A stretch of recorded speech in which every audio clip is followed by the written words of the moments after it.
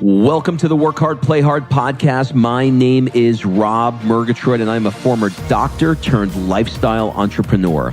Each week, I interview some of the best minds on the planet on the science of achievement and the art of fulfillment. Come take this journey with me. Excuses are over. It's time to live. No matter if I want it to be rich, but I'm poor in my mind at an unconscious identity level, no matter what I do, I will remain poor. Your environment is your beliefs and your identity objectified. People actually get in the thoughts, a thought might be, I don't have any money. And then they hold on to that thought and perpetuate it, never realizing that they are the thinker of the thought. And being the thinker of that thought, they can choose any thought they want, but they get caught in that thought over and over and over again. And there's speakers out there that'll say things like, you got to work until your eyeballs bleed. Well, people do stuff like that and they still don't have any money. Why? Because they're trying to change the world from the outside in instead of the inside out. What's up, everybody? This is Rob Murgatroyd, and welcome to another episode of the Work Hard, Play Hard show. This episode features hypnotist and NeuroLinguistic Programming master Jim Fortin. You can find him on Facebook at Jim Fortin. I wanted to have Jim on the show today for a couple of reasons. The first is that I'm endlessly fascinated with the technique of neurolinguistic programming because of its speed and effectiveness in changing human behavior. And I've always wanted to interview a hypnotist. I met Jim through a mutual friend and former guest of the show, Drew Canoli. Drew said, Rob, you got to get this guy on your show. I promise you, he's going to change lives. So I did. And he is. So who is Jim? Jim is a certified master practitioner of neurolinguistic programming and a certified master hypnotist. He uses advanced hypnotic language patterns and brain-based behavioral science to help people perform at significantly higher levels. He has shared the stage with Tony Robbins, Dr. Phil, George Foreman, Robert Kiyosaki, and hundreds of others. Jim founded his company Mind Authority in 2001, and he's privately coached and mentored some of the highest performing people in the business of politics and global affairs. In this conversation, we talk about everything from why deciding what to do to accomplish your goals should not be where you start, how reprogramming your identity will 10x the change that you're after.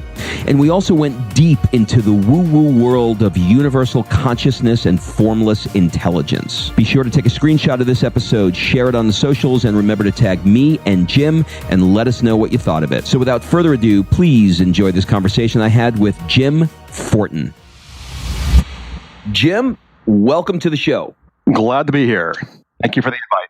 You're welcome. I am super excited that you're here, and I have heard so much about you. I feel like I'm talking to Houdini. So thank you for making the time. Absolutely. My pleasure.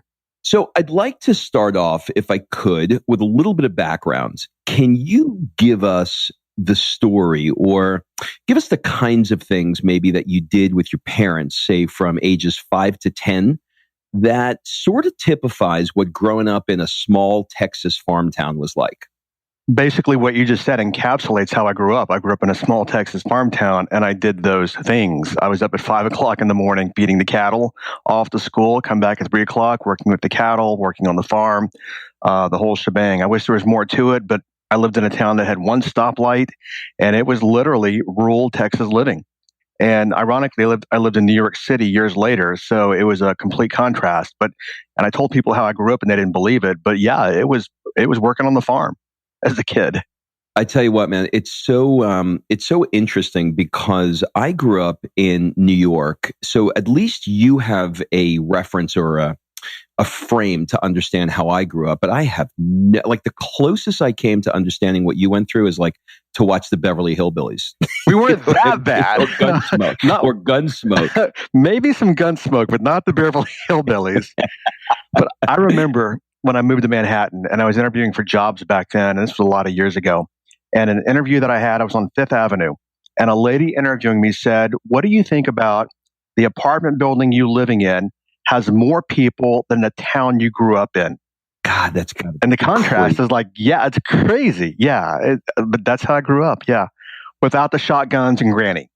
Without the shotguns and granny. Okay, A couple of other questions about your background. What did you think that you were going to be when you were in, say, high school? Lawyer, Interesting. chief of staff to the President of the United States, something literally.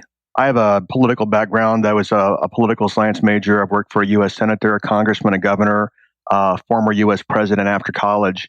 And for many years, I thought that's where my path was going to go, is working at a very, very high level for a U.S. president. Nowhere close to that today. My path took a different turn. But all the time growing up and even through college, that's where I thought I would go. So I guess the question then becomes, how does a small town farm boy wind up as a Wall Street hypnotist? Long story, very, very short for time. I was trading Forex currency back in the early 90s. And I was greedy. I was a kid. I had some money, and I was making a lot of money trading Forex. And not being very smart, I had all of my money in Forex. One night, the bottom dropped out of the British pound sterling, lost everything I had. I wasn't smart enough to have money diversified or any of that back then. I was just making money, a kid and greedy. Lost everything overnight, about $500,000. And I said, how do people come back from this? And then I got into motivational personal development. And then I got into NLP, NeuroLinguistic Programming. Then I got into hypnosis. I moved to New York City, took a corporate job on Fifth Avenue. I hated it. High paying job, hated it. I quit. Saw a course for hypnosis, went, learned it. The people there hired me. And I spent several years there. So, a long story, that's how I ended up there. It's crazy how our path goes. Okay, so you mentioned NLP. What is the difference between, I'll give you three, hypnosis, NLP, and what Tony Robbins has now renamed since his separation with Bandler and Grindler as Neuro-Associative conditioning? Okay. Hypnosis is ancient. I mean, it's believed that the ancient Egyptians used hypnosis thousands of years ago for healing and health and wellness. NLP was created, as you know, back in the 70s by Bandler and Grindler. And then what Tony Robbins did is actually Tony Robbins, as I understand, went to a NLP program taught by my NLP mentor, Peggy Dean, started learning NLP. It wasn't fast enough for him. He quit, broke off, learned it himself, did his own thing, and called it NAC, Neuro-Associative Conditioning. The formal NLP can be very complex. Bandler and Grindler got very, very in-depth. I think Tony simplified a lot of it and made it more for everyday application as opposed to long-term therapeutic change. Just my 2 cents on it. Got it. Yeah. Okay. So I think a good jumping off point to talk about the kind of work you do perhaps would be to get a little woo-woo and talk about how to better manifest things on our lives. So in what way does knowing that we are a cosmic being affect the strategy that we use to manifest the things we want in our lives? That's a huge question you ask, and you go woo woo. So we both know James Wedmore and Drew Canole, who I've coached, and they both go very woo woo as well. And that's the position that I play from. Is that you hear the spiritualist saying, like Wayne Dyer, we're a spiritual being having a human experience. I say we're a cosmic being and having a human experience. And if that's the case, then what abilities would a cosmic being have? A cosmic being would be part of the universe, and that being the case. Would be part of the quantum universe as well. Atoms and neutrons and electrons and all of this. What abilities would that give me as a cosmic ability? So where I work from is consciousness, which actually research has demonstrated. It's called a double slit experiment. That something that ancient wisdom has said for thousands of years is that everything is mental in the universe. It's been commercialized as the last 12, 15 years ago as a secret. The Kabbalion, ancient wisdom, it's thousands of years old, said the first cosmic law is everything is mental. So then modern research has demonstrated, it's called double slit experiment, that literally the physical world bends to our consciousness and our expectations. So where I work from is what intention can I put out? What intention can I hold? How clear of a channel can I stay in terms of what I'm wanting to manifest? And do not get attached to the outcome. When you say that you want to hold an intention for a long period of time, can you give me an example of what that could look like? Let me give you the best example. When I moved to Atlanta, Georgia, back in the mid-90s, it was when I say holding an intention, it's as if I know something is already done. Now, to not endorse any religion, but in the Bible, they say pray as if it's already done. When I moved to Atlanta, Georgia, and this story will be very helpful. So it's a couple of minutes long, but it'll be very helpful to people. When I moved to Atlanta, Georgia, I went with the intention, I told my best friend, I'm going to either work at Coca-Cola or I'm going to work at the Carter Presidential Center. And I was 100% certain that one of those two places would happen before I even moved there. I just knew it in my bones. Moved to Atlanta, Georgia. Very next day, I used to work out a lot. I joined the gym.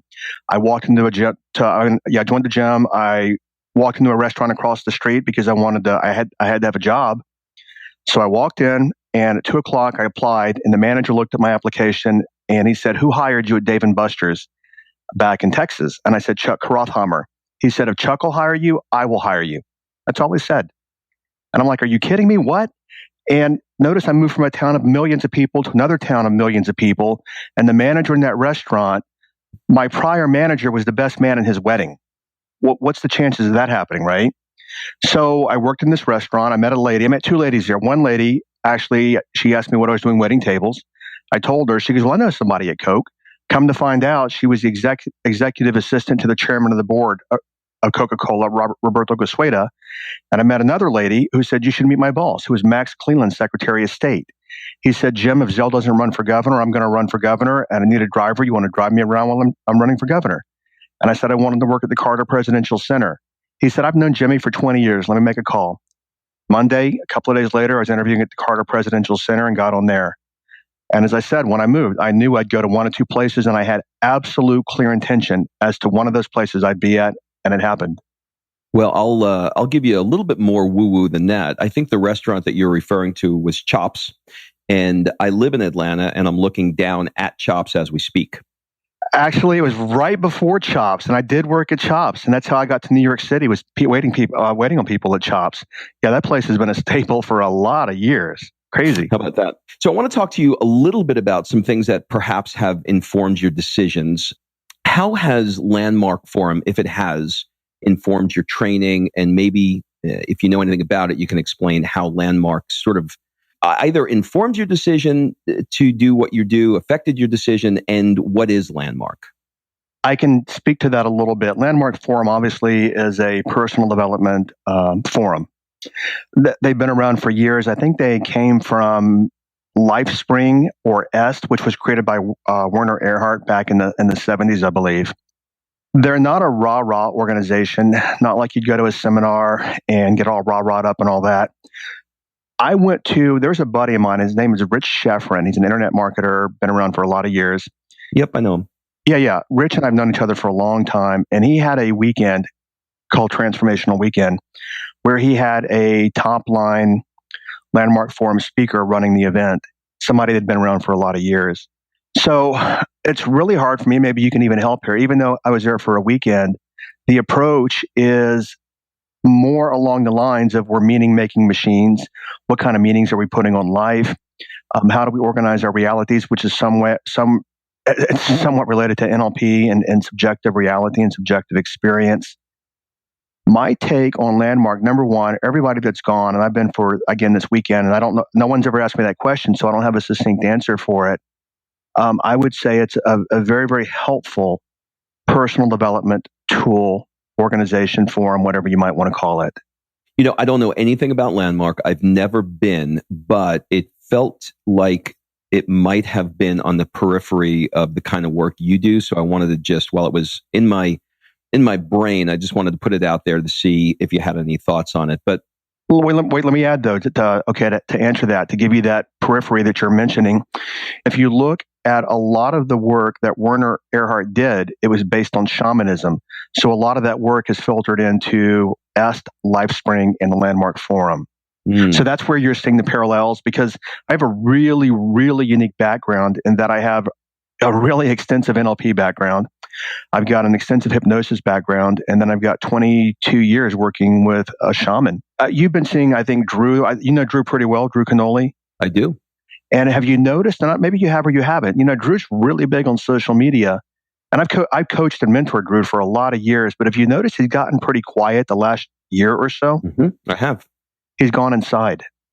He's gone inside and he's working on evolving a higher part of him. And that's what's happening to him right now, which is what I've been doing for a lot of years. But anyway, go ahead.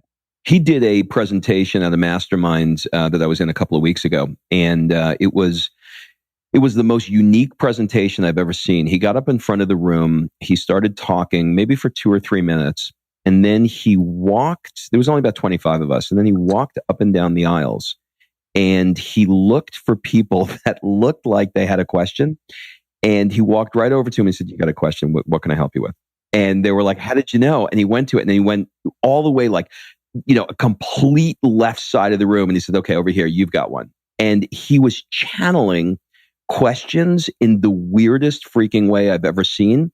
And it was at that point, we just started laughing because it was really, really funny. And it wound up being the most impactful part of the weekend. So I'm picking up what you're putting down. It sounds really cool. What I wanted to ask you was, can you explain how we get trapped in our thoughts and how every thought is really an illusion? Yeah. So let's make a long story very short again here is that when we grow up, first off, the entire species is trapped in thoughts. If you really want to just go off the deep end, let's go. The entire species is trapped.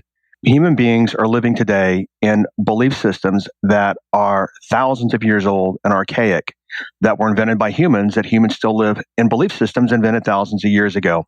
Let me make that a little more concrete. Do you know, and to show you how humans do that, do you know why the space shuttle is the size that it is? No. Okay.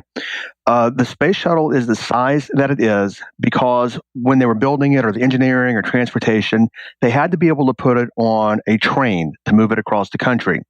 Now, train tracks, do you know why train tracks are the width that they are? Nope. Ancient Roman times. So train tracks are the width that they are based upon chariot spacing or wheels or whatever, as I understand from ancient Roman times.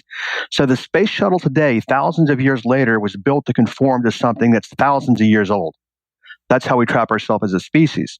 And as a species, we're still living from dogma and ideas that were given to humans by humans 2,000 years ago that we still live under, not even knowing today that we're living under something that was given to us. Next, we individualize it. When we're born, for example, your name is Rob. Have you ever said, you know what, I don't want this name? You took that name without question and you've lived with that name your entire lifetime. So that's what humans do. So we pass our limitations on from generation to generation. And because they're passed on and accepted, we don't even know their limitations. So that's how it happens collectively and individually. And then we live the limitation, not even knowing we're living the limitation. That's why working with a shaman, his whole approach is to separate us and our higher function of mind and being from what we've learned as little kids and what we've been indoctrinated with and what we learned as biological beings very early on. Then when you look at thoughts, every thought you have, even a thought we had even 7 minutes ago or 3 or 5 or 10 is gone. It doesn't exist. So people actually get into thoughts, and then what they do, a thought might be, I don't have any money.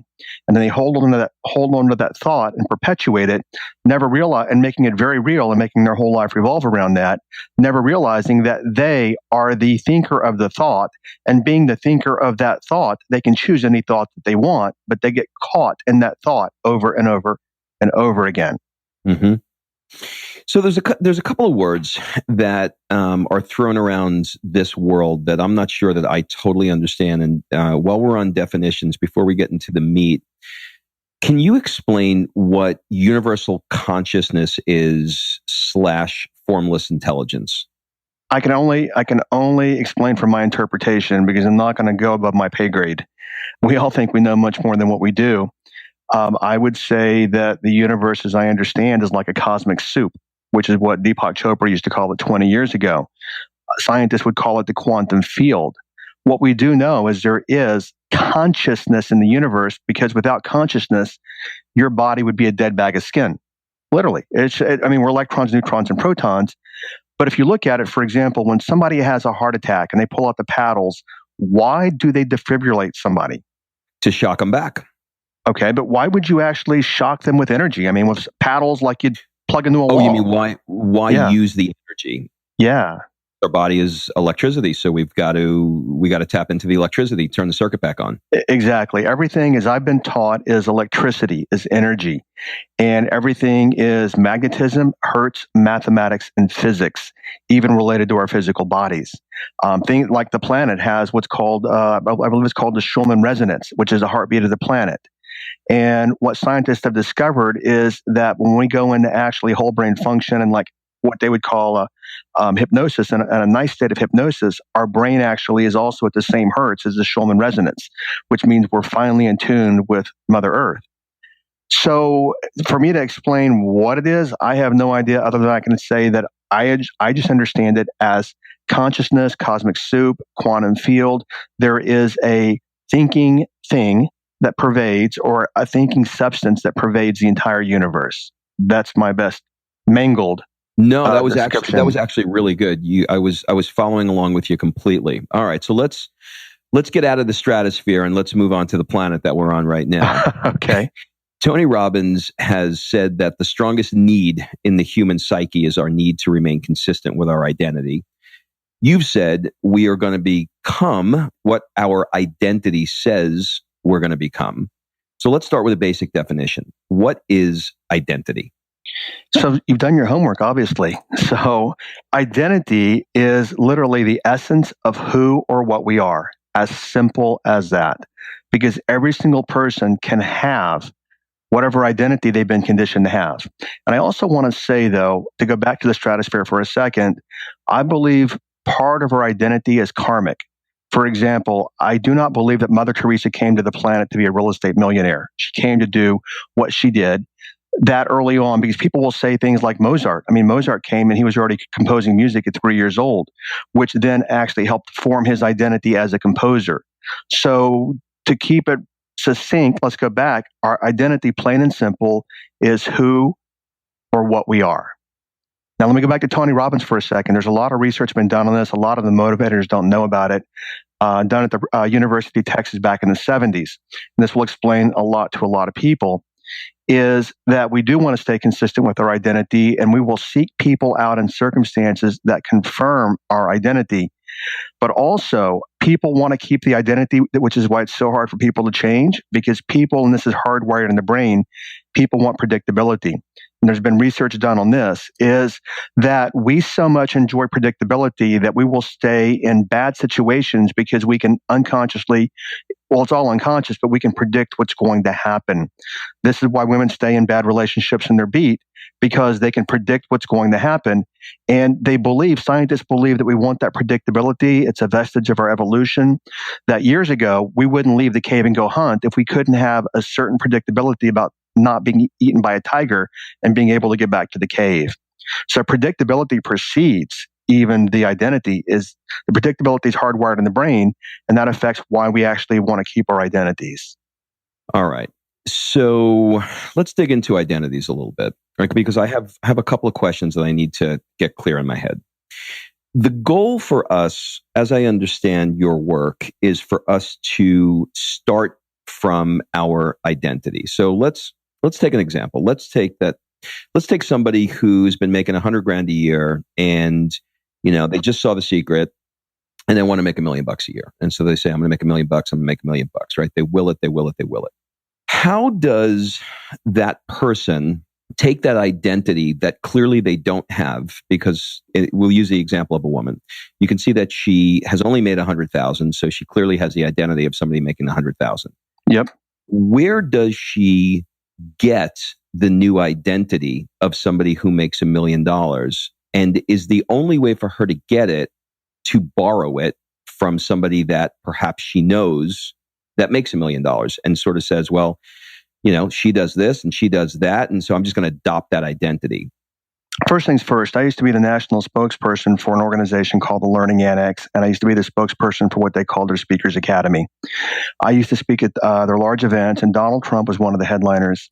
One day, I never stayed and listened to other speakers, but one day I heard Trump, and he said, you know what? In 1992, I was $2.9 billion in debt. I was walking down the street. I saw a homeless person. They had more money than I did because I had $2.9 billion in personal debt. Yet a few years later, I don't know, 5 years later, whatever, he's back to being in the black again as a billionaire. So how does somebody go from 2.9 billion in the red back to the black again? So his external environment changed, which means the world around him, but his internal world, he always stayed a billionaire. So we have to understand that part first. Yep. What I tell people is, for example, you might have heard me say this before, is I didn't buy any cigarettes today and I've not smoked any cigarettes. How come? Because you're not a smoker. Right. So we only do what we are, and it's very hard to do what we're not in our mind, in our identity. So if in our identity we are not wealthy, people will go out all day long, and there's speakers out there that'll say things like, "You got to work until your eyeballs bleed." Well, people do stuff like that, and they still don't have any money. Why? Because they're trying to change the world from the outside in instead of the inside out. Instead of working from identity and then letting it happen and letting that matriculate to what we call a logical level, the level of identity to belief to capabilities to behavior to environment, most people try to change their environment, which is money or body or whatever, and that's not consistent with the identity, and then they fail. And then many times, actually, on top of that, people create the belief that I failed so many times, I want to believe it, but I don't really believe it. Now, what we do also is, let's say our identity, we grew up poor and we're poor in our identity. But you go to a motivational event and the motivational speaker says, write down your goals. And everybody writes down goals for money. However, that's left brain, the analytical part of the brain saying, yeah, I think I can have that. But at the identity level, just like me not being a smoker, I would hack up a lung if I tried to smoke today because I'm not a smoker. So no matter if I wanted to be rich, but I'm poor in my mind at an unconscious identity level, no matter what I do, I will remain poor. And then people will say, well, how do I know what's at my unconscious level? Easy. Look at your environment, because your environment is your beliefs and your identity objectified. So I think that gets most of your question. I might still have a little left hanging. I'm not sure. Well, that definitely laid the foundation for it. But what I'm trying to do is I'm trying to get a strategy. Got it. Okay. Okay, I'll give you a real example. So one of the funnels of income I have is a network marketing business, right? And so we've got a team. And one of the gals that's on the team, is making $100,000 a year now, and she wants to go to $1 million. So I know that her identity is at $100,000 a year because she's making $100,000 a year, right? How do I coach her to change the identity from $100,000 a year person to $1 million a year person? Great question. Okay, so I'm making some notes here so I capture all this. So first things first, I would ask is, what would be the identity of somebody who makes $1 million a year? First place I'd go. Okay, here's where I get confused. Is that modeling the person? In other words, looking at somebody who's making $1 million a year and going, this is the kind of person they are. This is the character that they have. In other words, they're a committed person. They're a responsible person. And so you write those things down and say, I need to be a committed person and a responsible person. You're on the right track. Yeah. Let's break that down a little further. Yes. So I'd look at, okay, what are the characteristics of a person who would make that kind of money? One of my coaches always said, and I love the phrase, and he was a landmark coach, and he said, success is not about doing, success is about characteristics. Characteristics are ways of being. And then I look at, okay, what ways would I need to be? What kind of being? I always ask myself a master question, and that is, what am I committed to, and who do I have to be to make it happen? Because I tell people that being is a genesis of everything that we create. So we have to look at how we're being first, where what everyone else does is they look at what they're doing, and they're starting at the wrong end. Now, let's actually unpack that even farther. So if you look at somebody that makes $1 million or $10 million a year, or people like Drew that make what they make, and you look at that, what I want to know is, what ways are they being and identifying as that creates actually the beliefs, the capabilities, and the behavior to get the outcome that they want. Now let's unpack that even further. I think it's further, further as opposed to farther. So let's unpack that. So in our culture, what I find, and I'm just doing a bit of observation on this, is we live in an instantaneous culture. You look at, fast food, you look at Amazon Prime now, we get things in 2 hours, right? We live in a world where everybody wants everything right away. Most people actually want things, and they won't be the kind of person to do the kind of work to get the outcome that they want. But let's take committed, for example, because commitment is the bridge between where you are and where you want to go. So you can say all day long, I'm going to do all these things to grow my MLM business. And I've done a lot of MLM coaching, so I get it.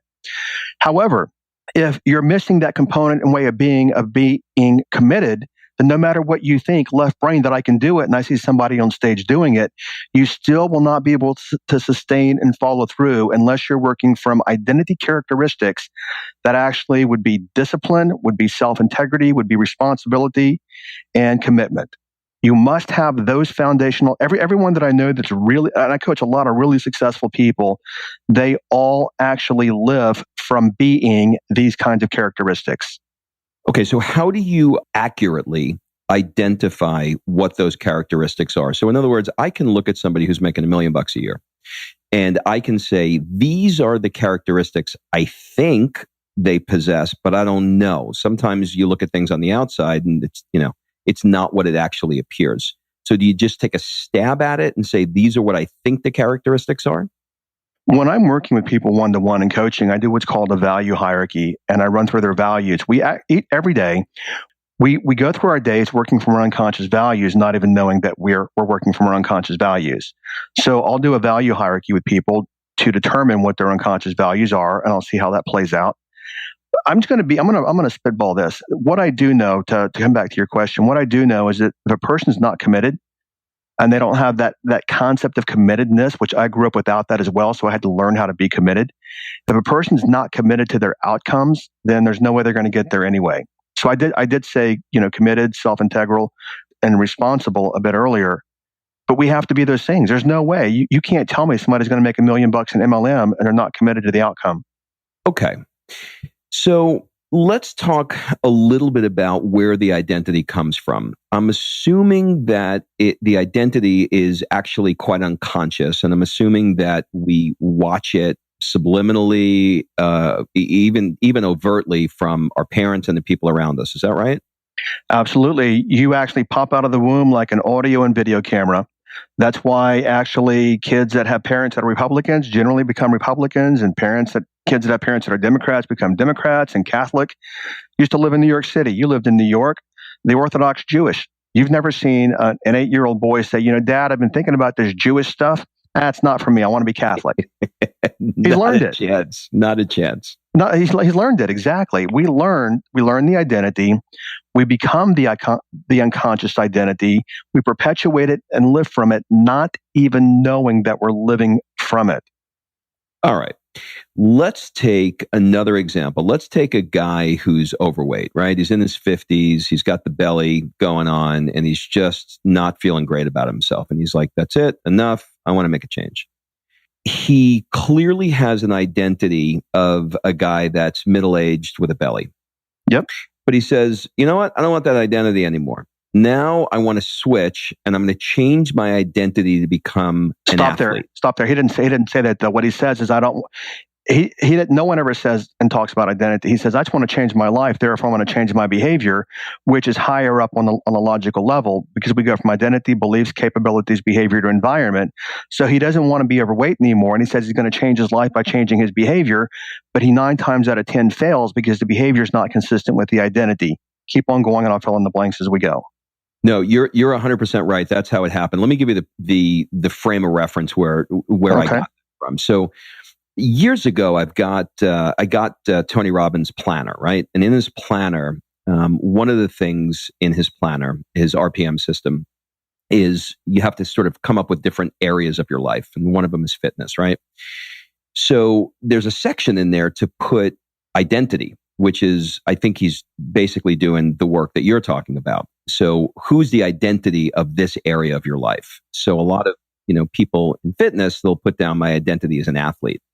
And so the question that I had really was, if somebody does the work, listens to this podcast, identifies that they don't have the identity that they need, and they say, okay, I'm going to switch it now. Let's say that they do make that leap and they say, I'm going to switch it and I'm going to change the identity. Would a good example be for somebody to say, who identifies that this is a problem, I'm going to change my identity to an athlete? And if that would be a good example, their brain is going to probably say, bullshit, you're not. You're a middle-aged guy with a belly. And how do you get over fighting that I'm a middle-aged guy with a belly and I'm an athlete? We also have to look at habits, okay? We actually work, this has been research demonstrated, but it's obvious we just look at our own behavior. We work on autopilot. Research has demonstrated that up to 95% of all behaviors are unconsciously determined by the brain. We think we're making decisions about things, and we're not. Our brain has already made that decision for us. So what happens is we want to stay in our old habits because the reptilian part of the brain, which is the oldest part of the brain, believes that our habits are survival mechanisms. The reptilian part of the brain, its job is fight or flight and to keep us alive. So all of our habits, that's why it's so hard for people to change their habits, is because they try to actually prefrontal cortex, thinking part of the brain. I want to get into shape, and I'm not in the habit of working out, but I want to get in the habit of working out. And analytical, I want to fit my size 32 waist jeans again. But the reptilian part of the brain, the part of the brain responsible for habits, says, no way, we're not changing anything, because guess what? The habits you have are all survival habits, and you're going to keep those habits. Then what happens? People get into the argument. Go to the gym, don't go to the gym. Go to the gym, don't go to the gym. Then what happens is the reptilian part of the brain kicks in, and whatever urges it gives us to sustain a habit, those urges overrule the analytical part of the mind. We fall right back into our old habits again. So to go back to the beginning of your question, what a person has to do is say, what identity would somebody have who has what I want? Now, what are those ways of being? And then what we have to start doing, because all brain learning is learned through repetition. That's how we learn. What we have to start doing is not forcing, but allowing and talking to ourselves, hear, see, and feel the new identity over and over and over again to program in a new identity. Obviously, repetition is the mother of skill here, right? So how often do you do that? For most people, where they want to work from is just a repetition of just several times a day, closing your eyes, going in. You can use self-hypnosis. You can not use self-hypnosis, but going inside, closing your eyes. And this is the formula that I tell people to work from. Everyone, you might want to write this down. The formula that I tell people to work from is, who would I be? How would I feel? And what would I do if I already had blank? So to your example, who would I be? How would I feel? And what would I do if I already was in excellent shape? You take that, you make a mental movie out of that. We've all heard about visualization, and you play it over and over and over in your mind again. Now, the big mistake that everyone makes is, notice that formula that I just gave you, it gives you the final cut outcome of a movie, so to speak, a movie of your life. Here's the mistake that everyone makes. This is why you see all these people, you see it at MLM events. The big speaker gets up on stage, everybody pulls out their piece of paper where they're going to be a year from now, and they're going to have their BMW and this, that, and blah, blah, blah, blah, blah. And they put all this stuff on paper, but a year later, they're back where they started from. They haven't made any progress. The reason why is that most people try to work from where they are to where they want to be. They try to work from where they are to the vision or the goal instead of working from the vision or the goal. We have to work from the vision or the goal. The reason people never get to the vision or the goal is because they're not that in their identity. And if they were, they'd already have it in the first place. So they try to work from where they are to get to where they're not. And they're not there because they don't have that identity. That's why you have to use the formula I gave you. Who would I be? How would I feel? And what would I do if I, operative word, already had blank? When you create that and you start working from that place in your mind, now you're being the kind of person you need to be to achieve the outcome, vision, goal, whatever it is. All right. So a couple of questions on that. So you gave us this magic formula, and I could see how it is, because I could see that you very cleverly put in all of this into one digestible, easy sentence for people to use. The B part is the identity that we've been talking about. The do part is what people do first, which is list out all the things that they need to do. So those two are super clear for me. Where it gets muddy, and I don't know if I'm alone on this, but where it gets muddy is the feelings part. So how should someone approach stepping into the feelings part of this? I understand the visualization, but for some reason or another, the feeling part seems a little muddy to me. Okay, so let's say that you wanted to make $1 million a year. Where most people work from is, crap, I don't have it, and I want it, I don't have it. And then if you go listen to Abraham Hicks says everything is created by vibration. Actually, Think and Grow Rich should not be called Think and Grow Rich. It should be called Feel and Grow Rich. Thinking is left brain, feeling is right brain. Thinking is fifth dimension, feeling is sixth dimension. We attract through feelings, which are magnetics, which then plays into the cosmic soup that I talked about earlier. So people say, I want $1 million, but I don't have it, so I feel bad that I don't have it. And according to Abraham Hicks, the more you feel that you don't have something, the more that you don't have. That's why it's vital, whatever you want to create, how would I feel How would I feel if I already had that in my possession? So I'm not quite sure. I mean, you have feelings, right? I do have feelings, and I'm super. I'm actually a really emotional guy with a lot of feelings, but for whatever the reason is, when I sit down and visualize, I personally have a little bit of trouble stepping into the feeling of it. And I think it's probably, as I'm thinking this through, I think it's probably because I default more to the doing. So as the moment I begin to step into feeling, my brain triggers doing. I think that's probably the problem. And that may be, and something that I tell people, I've done this for a lot of years, is that everybody's going to process differently, and everybody's going to have their own experience. And so many speakers say, well, this is the way to do it. And I tell people also, if you take the foundation I give you, and if you use your sense and you want to tweak something in it that you think might work for the way you process information better, then do it. Completely do it. But let me add one more thing there. A fundamental place you have to go back to is what would be the identity. Many years ago, when I worked out 5 days a week, there was this guy at the gym, and I thought he was a trainer. And I approached him and I asked him if he'd train me because he was in like phenomenal shape, and I wanted to be in that shape. And he said, no, dude, because I'm in pharmaceutical sales and I travel a lot. And he said, when people go to, long story very short, he goes, when people go to dinner, we take people out. We all go to steakhouses and everybody has the steaks and the baked potatoes and the red wine. I have skinless chicken breast, I have rice, I have veggies, and I have water. And then he said to me something I've always remembered. He said, that's just who I am. And I recognized that's who he is. That's what gets him the outcome that he wants.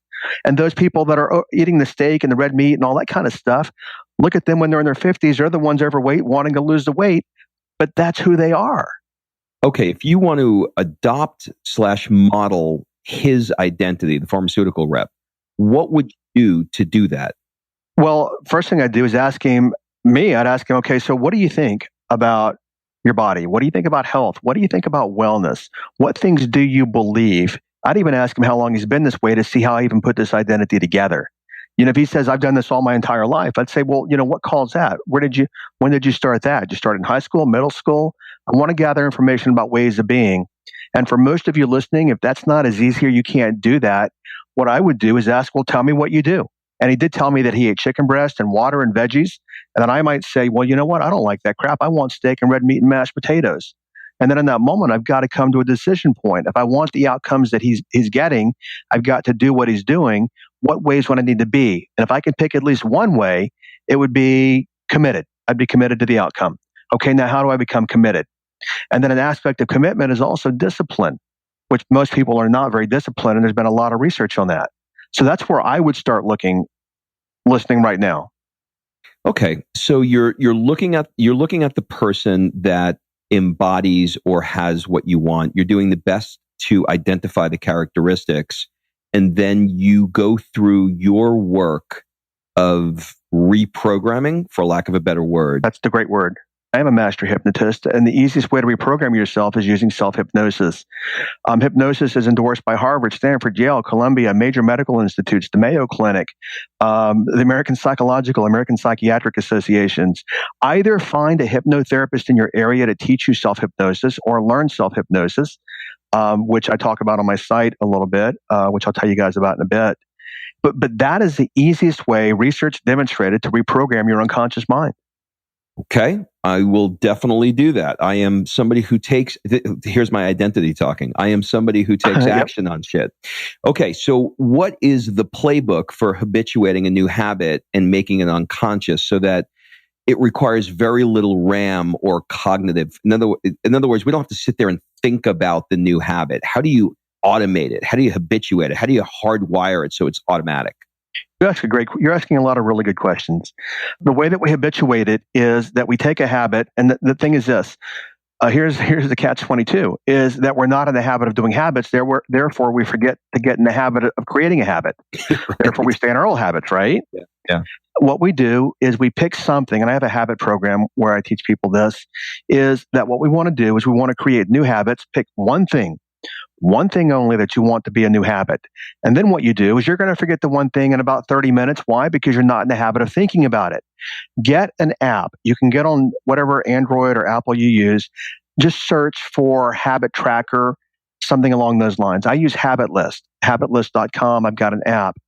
Then what you do is you use a habit tracker. You put your habit in the tracker, and the habit actually alerts you and tracks your habit. Then what you want to do, there's also one called streaks, which means we go through streaks of being successful, which reinforces the habit of wanting to be successful. So we habituate like everything. We learn new habits through repetition, but again, we forget them. So use an app to keep you on track. I love it. That's simple. That's simple and super easy. Okay, so for people that we skimmed the surface. We went from universal consciousness to habits. So we've covered every damn thing under the sun in the time that we had to do this. But for the people that want to go a little bit deeper into this world, and they they're digging what you're doing, and they want to connect with you more. What's the gateway drug to Jim Fortin? JimFortin.com. Well, that's pretty easy. I've got a program there they can download. It's about an hour and 20 minutes, I think, maybe an hour and a half at the most. And it's called the Master Thought Formula.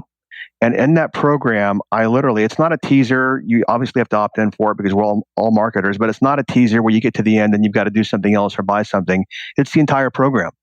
Because the place I work from is, let me see how much value I can create in the world and how many people I can help.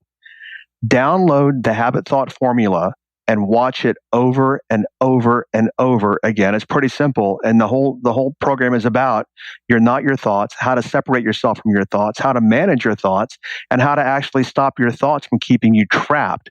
And then I go much deeper into how our thoughts are created, where we get them from, and also how to actually work from not a different level of thinking, but a higher level of thinking. It's at JimFortin.com. You'll see it in the opt-in box. Just opt in. And I think my tech guy has it where you can just download the program. Okay, awesome. I will make sure that we link all that up in the show notes so people get it. We'll put it out into our email as well. Brother, this has been a very, very interesting conversation. And you're the kind of guy that, I could spend the weekend with and just keep talking and throw a couple of bottles of wine on it and we'll be levitating like Drew Canoli is now. So, thank you so much for taking the time with us. I really do appreciate it.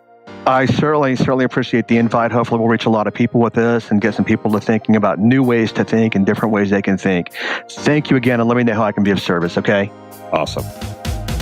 All right. Thanks for listening. If you love this episode and you know someone that needs some help in either stepping up their work hard game or their play hard game, it would mean the world to me if you shared this podcast with them to help me get this movement out there. So if you like what you heard, head on over to iTunes, take 30 seconds and leave me a 5-star review, and I will be forever grateful. So until the next episode, excuses are over. It's time to live.